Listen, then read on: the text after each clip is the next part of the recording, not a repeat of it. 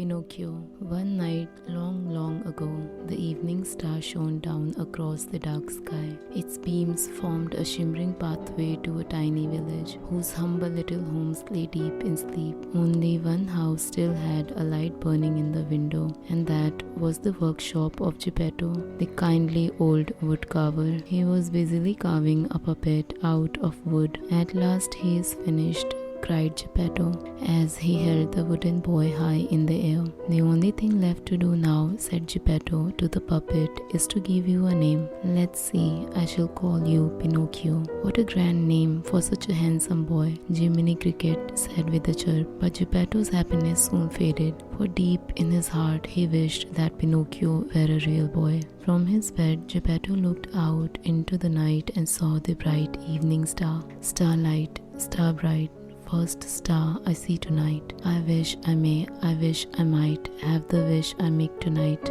With all his heart, Geppetto wished that Pinocchio were a real boy. Then Geppetto drifted off to sleep. Just then a flash of light burst across the sky as a fairy flew straight from the evening star into Geppetto's house. Good Geppetto, whispered the blue fairy, you have given so much happiness to others. You deserve to have your wish come true. Then, with a wave of her hand, the blue fairy brought Pinocchio to life. Jiminy Cricket watched in amazement as Pinocchio began to walk and talk. Am I a real boy?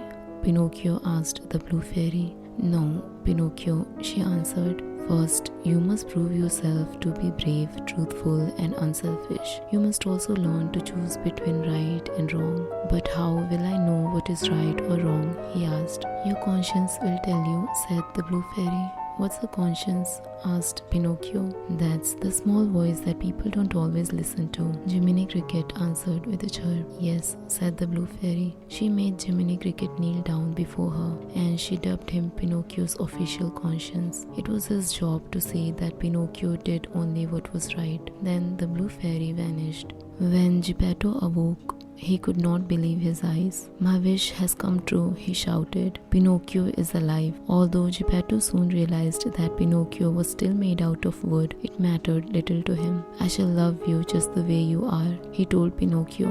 Then he explained that Pinocchio must go to school like all boys, and so that very morning Pinocchio happily set off. Pinocchio hadn't gone very far when Gideon, a cat, and Foulfellow, a sly fox, saw him. Foulfellow thought, a wooden boy with no strings? I'll bet Stromboli the puppeteer would pay a pretty price for him. Foulfellow convinced Pinocchio that acting was the life for him and sold him to Stromboli. That night, after Pinocchio had performed 2 rounds of applause, Stromboli locked him away in a cage. How am I ever going to get out of this horrible place? Sobbed Pinocchio. Just then a voice called out, Don't worry, Pinocchio, I'll save you. It was Jiminy Cricket. He pulled, pushed, and shook the lock, but he couldn't get Pinocchio out. Suddenly the blue fairy appeared once more. Pinocchio, why didn't you go to school? She asked. I was brought here by a big green monster who was going to cook me for his supper, he lied. Pinocchio's nose began to grow and grow. You're lying, Pinocchio, said the blue fairy sadly, and it's as plain as the nose on your face. Please give him one more chance, pleaded Jiminy Cricket. I'll make sure he never lies again. One more chance, that's all you'll have, said the blue fairy, and she set Pinocchio free. He promised never to lie again, and he headed straight for school. But on the way, Pinocchio was stopped by a Foulfellow once more. And where are you going on such a fine day? He said with a sneer. To school,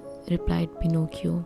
School is no place for a boy like you, said Foulfellow, laughing. If you follow me, I'll show you a place that's much more fun, Pleasure Island. Don't go, Pinocchio, warned Jiminy Cricket. But Pinocchio did not listen, and before he knew it, Foulfellow had sold him to the mean old driver of the Pleasure Island stagecoach. The coach was pulled by 6 unhappy donkeys. The coachman went from village to village, buying up all the boys he could. Once the coach was full, he headed to the ferry bound for Pleasure Island. Pinocchio sat beside a loudmouth boy named Lampwick. Don't worry about a thing, Lampwick said with a chuckle. Once we get to Pleasure Island, we won't have to listen to anyone or worry about what's right or wrong. On Pleasure Island, Pinocchio forgot everything the blue fairy had told him. He fought with the other boys, smoked corn-cob pipes, tossed rocks through windows, and yelled and screamed with all his might. Then he followed Lampwick down Tobacco Lane to the pool hall. "This is a great place, Lampwick," shouted Pinocchio.